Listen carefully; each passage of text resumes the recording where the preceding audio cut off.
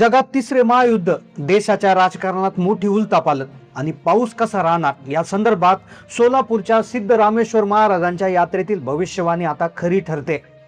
सोलापूरच्या मातीत गेल्या 900 वर्षापासून एक अनोखी परंपरा जपली जाते। मकर संक्रांतीच्या दुसऱ्या दिवशी जेव्हा अख्खं शहर भक्तीत तल्लीन असतं, तेव्हा रात्रीच्या गडद अंधारात एक भविष्यवाणी केली जाते। यंदा जानेवारी महिन्यात जेव्हा ही भविष्यवाणी करण्यात आली, तेव्हा कदाचित अनेक लोकांनी त्याच्याकडे दुर्लक्ष केलं। पण जेव्हा आज जग युद्धाच्या उंबरठ्यावर आहे, हवामान विभागाने एल निनोचा धोका वर्तवून दुष्काळाचं सावट निर्माण केलं होतं, महागाईचा भडका उडणार आहे असं बोललं जातंय, तेव्हा संपूर्ण महाराष्ट्राला आठवण झाली त्या सोलापूरच्या भविष्यवाणीची।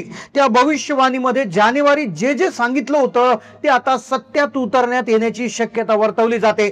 या 3 भविष्यवाण्या खऱ्या ठरल्या आहेत, पण आणखी 2 भविष्यवाण्या अतिशय भयानक आहेत। त्या भागणुकीत पावसासंदर्भात, दुष्काळासंदर्भात अतिशय धक्कादायक भविष्यवाण्या केल्या गेल्यात। राजकारणातील भूकंप याविषयी 5 अशा महत्त्वाच्या भविष्यवाण्या करण्यात आल्या होत्या की ज्या आता खऱ्या ठरतायत। आश्चर्याची गोष्ट म्हणजे आज त्यातील एक ना एक गोष्ट सत्यात उतरताना दिसते। ही भविष्यवाणी एका वासराच्या हालचालीहून केली जाते, यावरूनच येणाऱ्या काळाचा वेध घेतला जातो। यंदाचा सोहळा साधा नव्हता। रात्री 11:30च्या दरम्यान तेथील यात्रेचा होमविधी संपला आणि त्यानंतर त्या वासराला आणण्यात आलं आणि तिथून ती भविष्यवाणी समोर आली होती। त्यावेळेस लोकांनी याच्याकडे दुर्लक्ष केलं, पण त्यावेळेस सांगितलेल्या गोष्टी आता खऱ्या ठरतायत आणि त्यामुळेच पुन्हा एकदा या भविष्यवाणीची आठवण आता झाली। मग नेमकं या भविष्यवाणीत काय काय सांगितलं होतं? ते वासरू तिथे आल्यावर त्याने काय खाल्लं, त्याने मलमूत्र केलं, ते थरथरलं का, त्याची हालचाल कशी होती, त्यावरून भविष्यातल्या संकटाचे संकेत काय दडलेले होते, काय आहे मग त्या उरलेल्या 5 भविष्यवाण्या? चला तर मग जाणून घेऊया या खऱ्या ठरत चाललेल्या भविष्यवाणीचा संपूर्ण सविस्तर रिपोर्ट। सोलापूरच्या सिद्धरामेश्वर महाराजांच्या यात्रेत एक भाकणूक म्हणजे भविष्यवाणी केली जाते। या यात्रेला 900 वर्षांचा इतिहास आहे। सिद्धरामेश्वर महाराजांच्या योगदंडाचं प्रतीक असलेले 7 मानेचे नंदीध्वज जेव्हा एका रांगेत उभे केले जातात, तेव्हा वातावरणात एक विलक्षण ऊर्जा असते। रात्रीची वेळ असते, मोजक्याच लोकांची उपस्थिती आणि समोर उभा असणारं निष्पाप वासरू। हे वासरू मानकरी देशमुख यांच्या घरातील असतं, ज्याच्या विधीला आदल्या दिवसापासून त्याला उपाशी ठेवलं जातं। ही भविष्यवाणी करण्यासाठी एक जीव म्हणजेच एक वासरू निवडलं जातं। त्या वासराला आदल्या दिवशी पूर्ण दिवस उपाशी ठेवलं जातं। विधीला सुरुवात होती ती मानकरी राजशेखर हिरे हब्बू यांच्या हस्ते। हे जे वासरू असतं ते साधं नसतं। मानकरी देशमुख यांच्या शेतातील या वासराला उपाशी ठेवण्यात आलं होतं। ही परंपरा आहे, कारण की असं मानलं जातं रिकामी पोटी असणारा जीव निसर्गाच्या लहरीशी जास्त जोडला जातो। वाद्यांच्या गजरात गुलालाची उधळण करत वासताळा भाकणूक स्थळी आणलं गेलं। मानकरी राजशेखर हिरे हब्बू यांनी वासराच्या गळ्यात मायेनं घोंगडं घातलं, त्याचा सन्मान केला। घागरीतून आलेल्या पवित्र जलानं त्याचे पाय धुतले, कपाळावर हळद कुंकवाचा टिळा लावून त्याला साक्षात निसर्गाचा दूत मानून वंदन करण्यात आलं।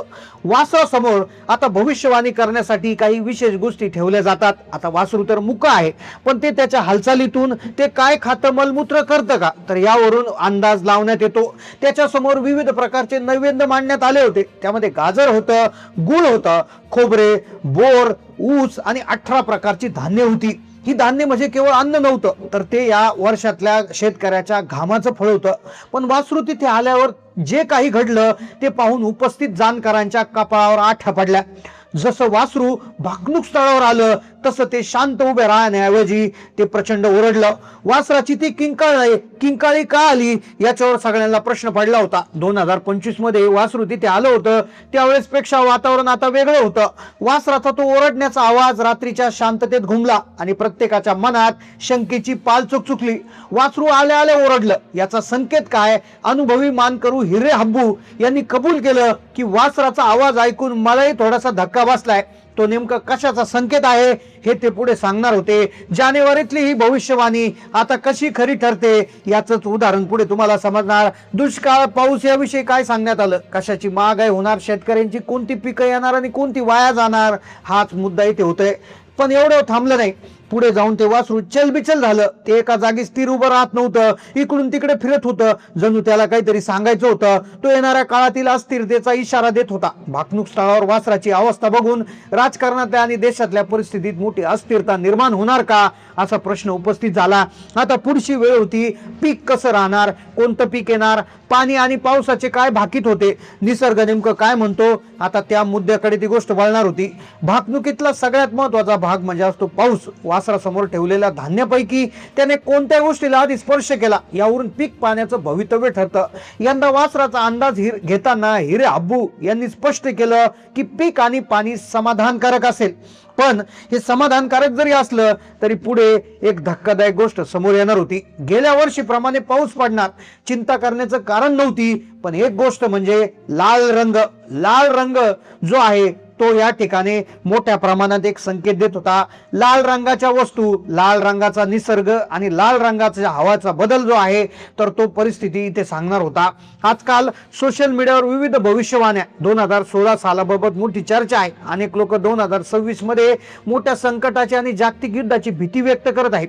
सोलापूरची भाकणूक जरी जानेवारीमध्ये झाली असली तरी आश्चर्याची गोष्ट म्हणजे की वासराच्या वागणुकीमधून काय संकेत मिळाले. हिरे अब्बू म्हणाले की 2026 मध्ये जी भीती होती ती भीती त्यांना त्याच्याविषयी काय वाटतं याचं त्यांनी सांगितलं. आता पावसा संदर्भातला अंदाज अजून येणं बाकी होतं. वासरानं मूत्र केलं नाही, मूत्र विसर्जन केलं नाही याचेच अर्थ वेगवेगळे लावले जातात. आता मूत्र विसर्जन जर केलं तर पाऊस पडणार असं साधारणपणे बोललं जातं, आणि जर केलं नाही तर पाऊस नाही पडणार अशा प्रकारची शक्यता वर्तवली जाते. एकूण जनजीवन सामान्य राहील असंही सांगण्यात येत असतं. आता अनेक लोक विज्ञानाच्या युगात याला अंधश्रद्धा मानतील, पण लक्षात घ्या सोलापूरची परंपरा असो किंवा भेंडवळची किंवा आदमापूरच्या बाळूमामांची एक नैसर्गिक तर्क याच्यात दडलेला असतो. प्राणी आणि पक्षी यांना भूकंप, पाऊस आणि नैसर्गिक आपत्तीची जाणीव मानवापेक्षा खूप आधी होते. सायन्स जितकं पुढे गेलं तरी त्यांच्या मेंदूमध्ये असणाऱ्या काही ग्रंथी त्यांना आधीच्या संकटाची जाणीव देत असतात. आजपर्यंत सोलापूरमध्ये झालेली भाकणूक 100% सत्य झाल्याचा दावा मानकरी हिरे अब्बू यांनी केलाय. गेल्या अनेक पिढ्यापासून चालत आलेल्या परंपरेवर सोलापूरच्या लाखो लोकांची अढळ श्रद्धा आहे. जेव्हा विज्ञान हातबल होतं तेव्हा लोक अशा परंपरेकडे आशेनं पाहतात. आता सगळ्यात महत्वाचा मुद्दा होता की वासरामध्ये अस्थिरता दिसून आली. ती केवळ पावसापुरती मर्यादित नव्हती. जेव्हा वासरू एका जागी उभा राहत नाही तेव्हा त्याचा संबंध देशाच्या आणि राज्याच्या राजकारणाशी जोडला जातो. राजकारणात काय होईल आम्ही थेट सांगू शकत नाही, पण देशात अशी काही अंशी अस्थिरता असू शकते असं सूचक विधान यावेळेस करण्यात आलं. आमदार विजयकुमार देशमुख आणि इतर मानकरी या सोहळ्याचे साक्षीदार होते. वासराचा तो आवाज, त्याची चलबिचल नक्कीच काहीतरी मोठी उलथापालथ दर्शवणारी होती. ही भाकणूक आटोपली. जय बोला हरच्या जय घोषात मानाचे नंदीध्वज पुन्हा सिद्धेश्वर मंदिरात परतले. रात्री उशिरा हा सोहळा हिरे अब्बूंच्या वाड्यात विसवला, पण मागे सोडून गेला अनेक प्रश्न.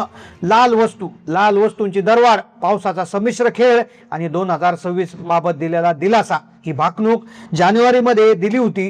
तिने निसर्गाचा इशारा दिला होता की जर सकारात्मकतेने आपण याच्याकडे बघितलं तर पावसाचा अंदाज हा गेल्या वर्षासारखाच असेल तर शेतकऱ्यांनी आपलं नियोजन त्या पद्धतीनं करायला हवं. जर अस्थिरतेचे संकेत असतील तर समाजानं अधिक सतर्क राहणं गरजेचं आहे. ही परंपरा आपल्याला घाबरवण्यासाठी नाही तर सावध करण्यासाठीच आहे. तर तुम्हाला काय वाटतं? वासराचं ते ओरडणं, 2026 सालाबाबतचा दिलासा, यावर तुमचं मत काय आहे? तुमच्या भागात यंदा पावसाची स्थिती कशी वाटते? एल निनोचा धोका तुम्हाला कितपत खरा वाटतो? कमेंट्समध्ये नक्की सांगा. चॅनलला नवीन असाल सबस्क्राईब करा. धन्यवाद.